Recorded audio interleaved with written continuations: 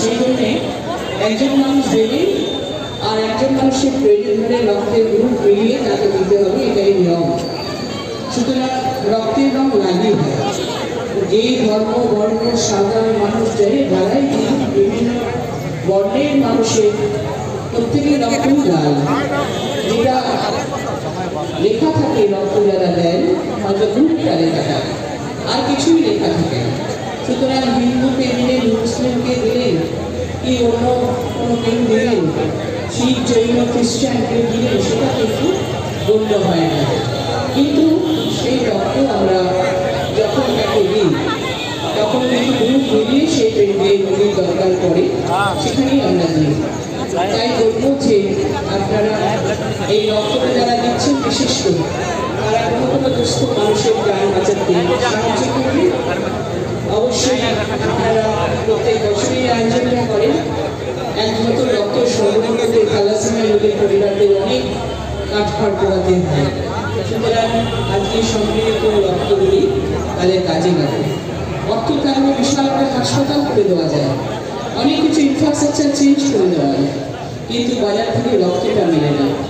আমাদের মাননীয় মুখ্যমন্ত্রী মমতা বন্দ্যোপাধ্যায় স্বাস্থ্য দপ্তরের দায়িত্বে নিয়ে তিনি বহুত উন্নয়ন করেছেন। ব্লক থেকে, জেলা থেকে, মহকুমা থেকে শুরু করে কলকাতার সুপার স্পেশালিটি হাসপাতালে পর্যন্ত ব্যবস্থা করে দিয়েছেন এবং কিন্তু মানুষের চিকিৎসা একজন দোকান করে দিয়েছেন, ওষুধপত্র দিয়েছেন।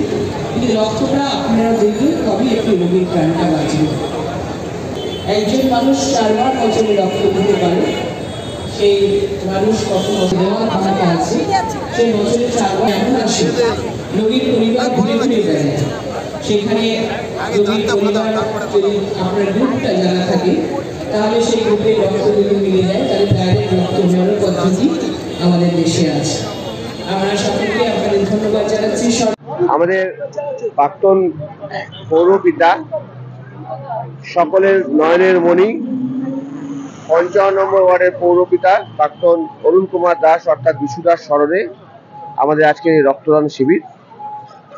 আপনারা নিশ্চয়ই সকলে দেখেছেন, সারা দিন ধরে বিশেষ উৎসাহ এবং উদ্দীপনার সাথে ওনাকে স্মরণ করে আজকে আমাদের তৃণমূল শুধু কর্মীবৃন্দরা না, সাধারণ মানুষ যারা আছে তারা কিন্তু তার ডাকে সাড়া দিয়ে এই রক্তদান শিবিরকে সম্পূর্ণরূপে সাফল্যমণ্ডিত করে তুলেছে।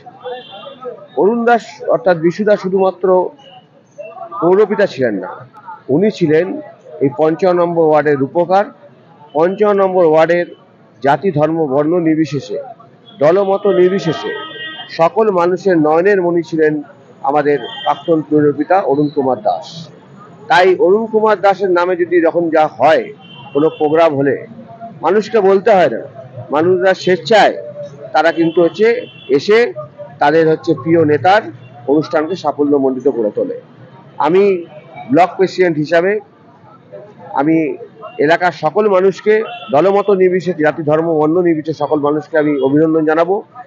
ওনার নামে যে ব্লাড ডোনেশন ক্যাম্প আজকে হয়েছে সেটা সাফল্যমণ্ডিত করে তোলা অরুণ দাসের নামে হয়, কেননা ওনার প্রতি এই এলাকার যা ভালোবাসা, উনি যা এলাকায় 5 বার 6 বারের কাউন্সিলর উনি ছিলেন, বুঝতে পারলেন? যে মানুষের ভালোবাসা আজকের দিনে আমরা দেখলাম যে মানুষটাকে সত্যি লোক ভালোবাসে। আর উনি বেঁচে থাকতে যে এইসব টিএমসি কর্মীদের বা প্রতিটি ঘরে ঘরে ওনার যা নাম, উনি যা লোকের জন্য করে গেছে, উনি আজ মরে গেছে সকলে ভাবছে, কিন্তু এলাকার লোক সবসময় চিন্তা করে উনি এখনো মরেনি, এখনো এলাকার আমাদের সাথে উনি আছেন। আজ ওনার আশীর্বাদ না থাকলে এত বড় একটা প্রোগ্রাম হতে পারত না।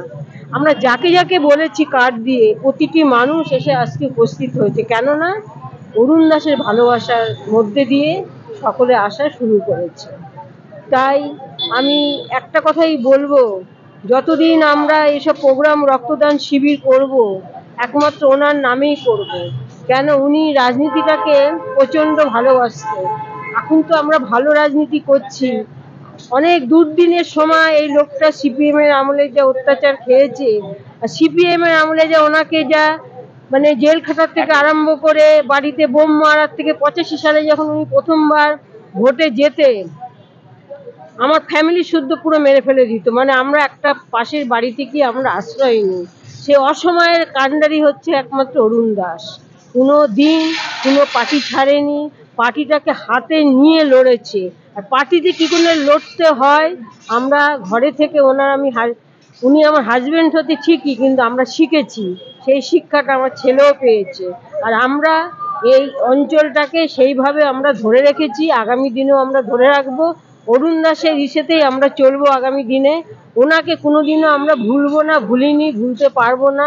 উনি আমাদের কাছে একটা দেবতা ছিল, আর উনি আমার একটা অভিভাবক, এলাকার একটা অভিভাবক ছিল। এই বলে আমার কথা শেষ। সংগঠিত হচ্ছে শ্রদ্ধা পৌরমাতা